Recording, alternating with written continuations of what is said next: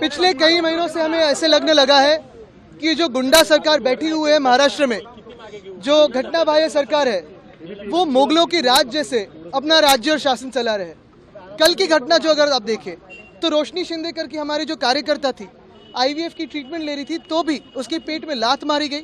क्यों? तो उसने एक सोशल मीडिया पोस्ट इस सरकार के खिलाफ कुछ डाला होगा, इसलिए उन्होंने उसके ऑफिस में घुसकर उससे हाथापाई की।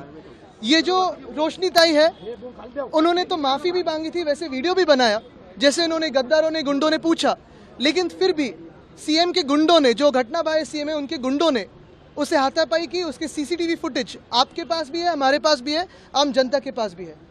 जिस थाने को पूरी दुनिया में एक पहचान अलग है कि सुसंस्कृत थाना है, एक संस्कार अलग है यहाँ के, उस थाने का नाम बदनाम करने में ये मुख्यमंत्री लगे हुए, उनके गुंडे लगे हुए।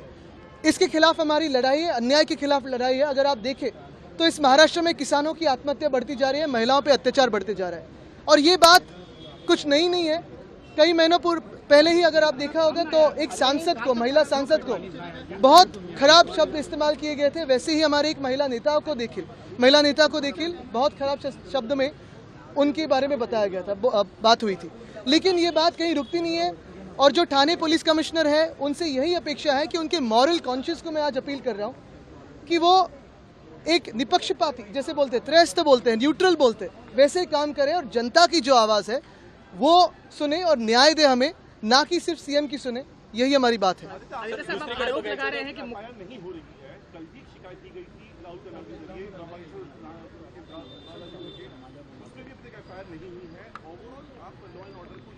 जिस राज्य में कायदा सुव्यवस्था, लॉ एंड ऑर्डर ऐसी खराब हो, जिस राज्य में किसान आत्महत्या कर रहे हो, जिस राज्य में महिलाओं पे अत्याचार बढ़ते चले हो, ये हिंदुत्व का राज्य नहीं है, रावण राज्य है। और वैसे ही लगने लगा ये राम राज्य नहीं है, और इन्हें अयोध्या जाने का कोई अधिकार नहीं बनता।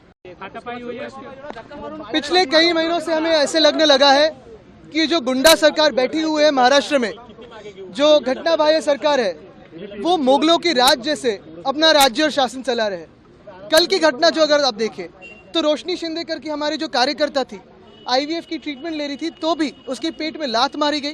क्यों? तो उसने एक सोशल मीडिया पोस्ट इस सरकार के खिलाफ कुछ डाला होगा, इसलिए उन्होंने उसके ऑफिस में घुसकर उससे हाथापाई की। ये जो रोशनी ताई है, उन्होंने तो माफी भी मांगी थी, वैसे वीडियो भी बनाया जैसे उन्होंने गद्दारों ने, गुंडों ने पूछा, लेकिन फिर भी सीएम के गुंडों ने, जो घटना बाह्य सीएम है, उनके गुंडों ने उसे हाथापाई की। उसके सीसीटीवी फुटेज आपके पास भी है, हमारे पास भी है, आम जनता के पास भी है। जिस थाने को पूरी दुनिया में एक पहचान अलग है कि सुसंस्कृत थाना है, एक संस्कार अलग है यहाँ के, उस थाने का नाम बदनाम करने में ये मुख्यमंत्री लगे हुए, उनके गुंडे लगे हुए। इसके खिलाफ हमारी लड़ाई है, अन्याय के खिलाफ लड़ाई है। अगर आप देखें तो इस महाराष्ट्र में किसानों की आत्महत्या बढ़ती जा रही है, महिलाओं पे अत्याचार बढ़ते जा रहा है, और ये बात कुछ नई नहीं है।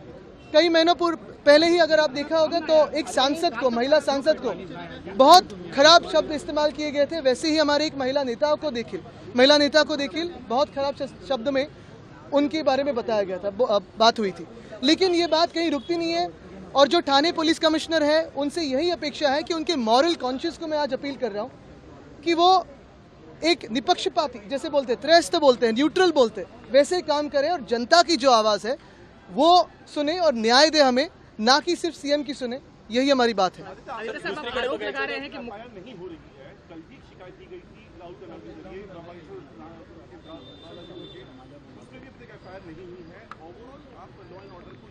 जिस राज्य में कायदा सुव्यवस्था, लॉ एंड ऑर्डर ऐसी खराब हो, जिस राज्य में किसान आत्महत्या कर रहे हो, जिस राज्य में महिलाओं पे अत्याचार बढ़ते चले हो, ये हिंदुत्व का राज्य नहीं है, रावण राज्य है। और वैसे ही लगने लगा ये राम राज्य नहीं है, और इन्हें अयोध्या जाने का कोई अधिकार नहीं बनता।